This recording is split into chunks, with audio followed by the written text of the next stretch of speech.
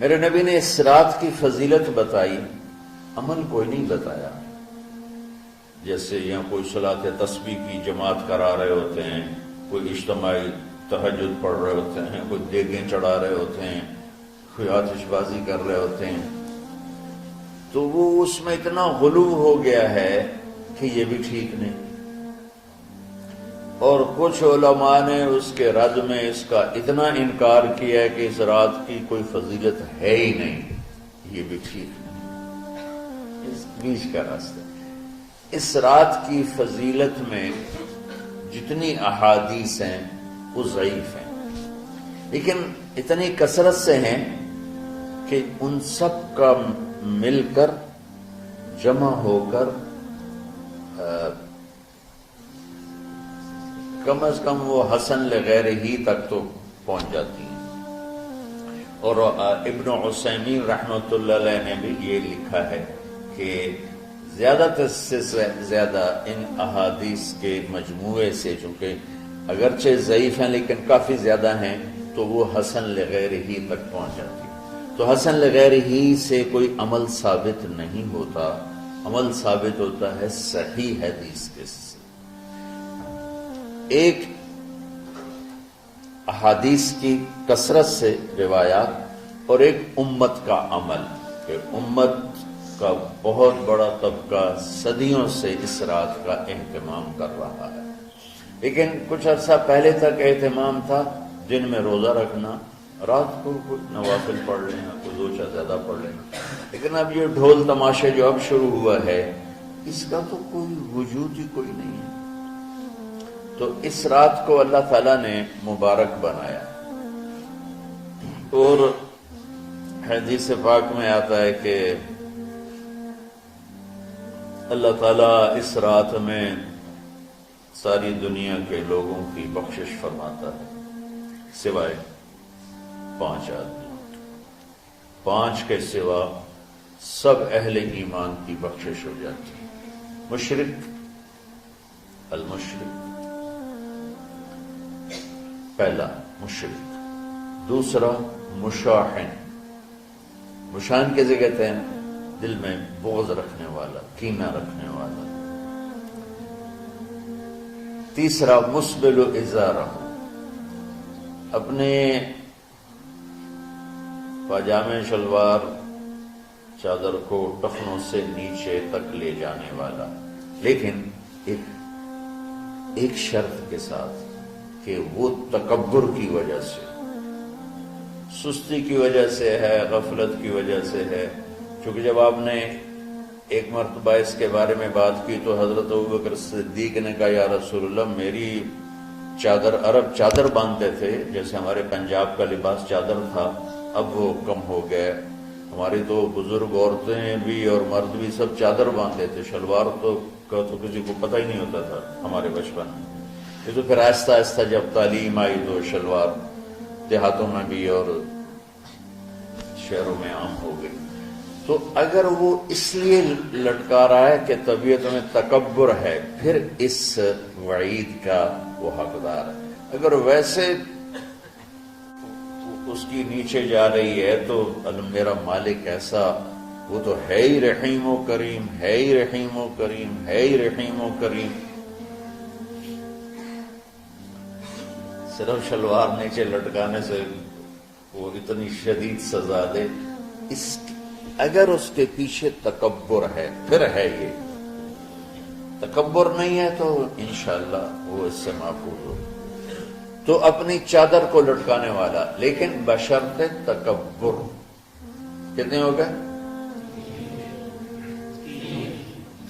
عاق لوالدیہ، ماں باپ کا نافرمان، نافرمان ایسا کہ دکھ دینے والا۔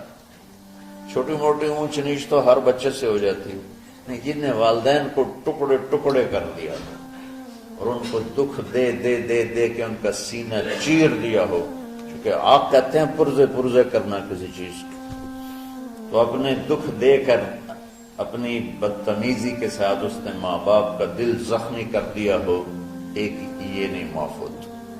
5واں مدمن خمر، مسلسل شراب پینے والا، مستقل جو شراب کا عادی ہو، ان 5 کو مؤخر کر دیا جاتا ہے۔ معافی نہیں ہونے کا مطلب یہ نہیں کہ اللہ تعالیٰ کبھی معاف نہیں کرے گا، معافی نہ ہونے کا مطلب یہ کہ یہ 5 ایسے گناہ ہیں کہ اس کی وجہ سے بخشش رک جاتی۔ اگر وہ شرک سے نکل آئے، وہ کینہ سے نکل آئے، وہ تکبر سے نکل آئے، وہ والدین کی نافرمانی سے نکل آئے، شراب چھوڑ دے، تو ان کی بھی بخشش ہو جائے۔ جب کوئی توبہ کرے گا فوراً بخشش ہو جائے گی۔ نہ 15 شعبان کی ضرورت ہے، نہ لیلۃ القدر کی ضرورت ہے، نہ بیت اللہ جانے کے ساتھ توبہ کی شرط ہے۔ جہاں بھی وہ بیٹھ کے توبہ کرے گا، جس لمحے میں کرے گا، اسی وقت اس کی توبہ قبول ہوگی اور اللہ اس کے پچھلے سارے گناہوں کو معاف فرما دے گا۔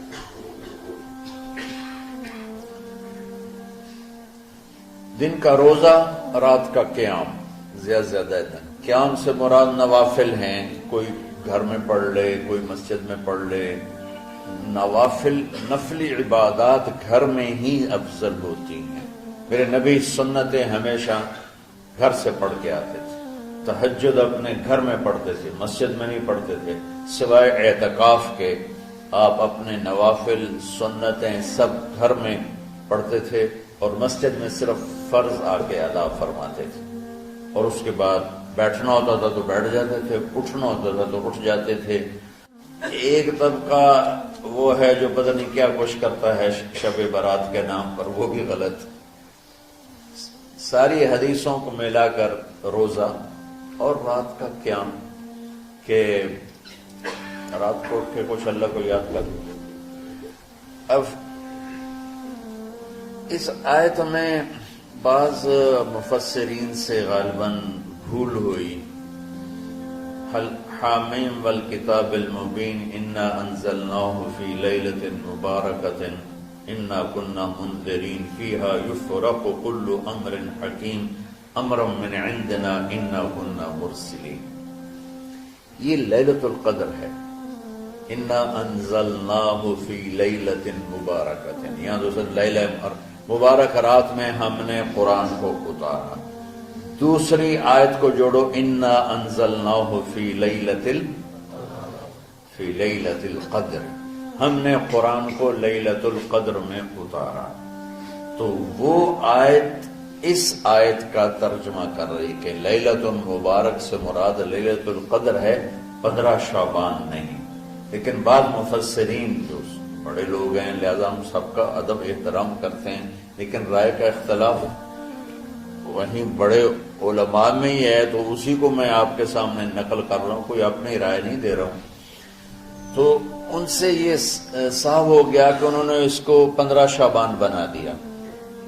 یہ 15 شعبان کی رات نہیں ہے، یہ لیلۃ القدر ہے، کہ جس میں وہ پورے سال کے احکام اعلان کر دیے جاتے ہیں، وہ شب قدر ہے۔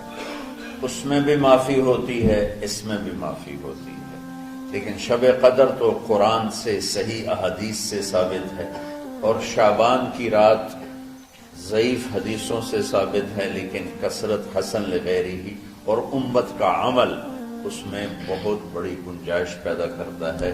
تو جو بچہ روزہ رکھنا چاہے ضرور رکھے، جو رات کو اٹھنا چاہے ضرور اٹھے، لیکن وہ اتنا نہ اٹھے کہ صبح سبق میں سویا پڑا ہو، تو ایسی عبادت نہیں چاہیے کہ آپ اپنے طلب علم جو فرض ہے اس میں آپ سوئے پڑے ہوں تو تمہارے خراٹوں سے سبق بھی متاثر ہو رہا ہو۔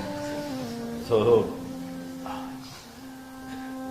اعتدال بچوں، ہر چیز میں اعتدال۔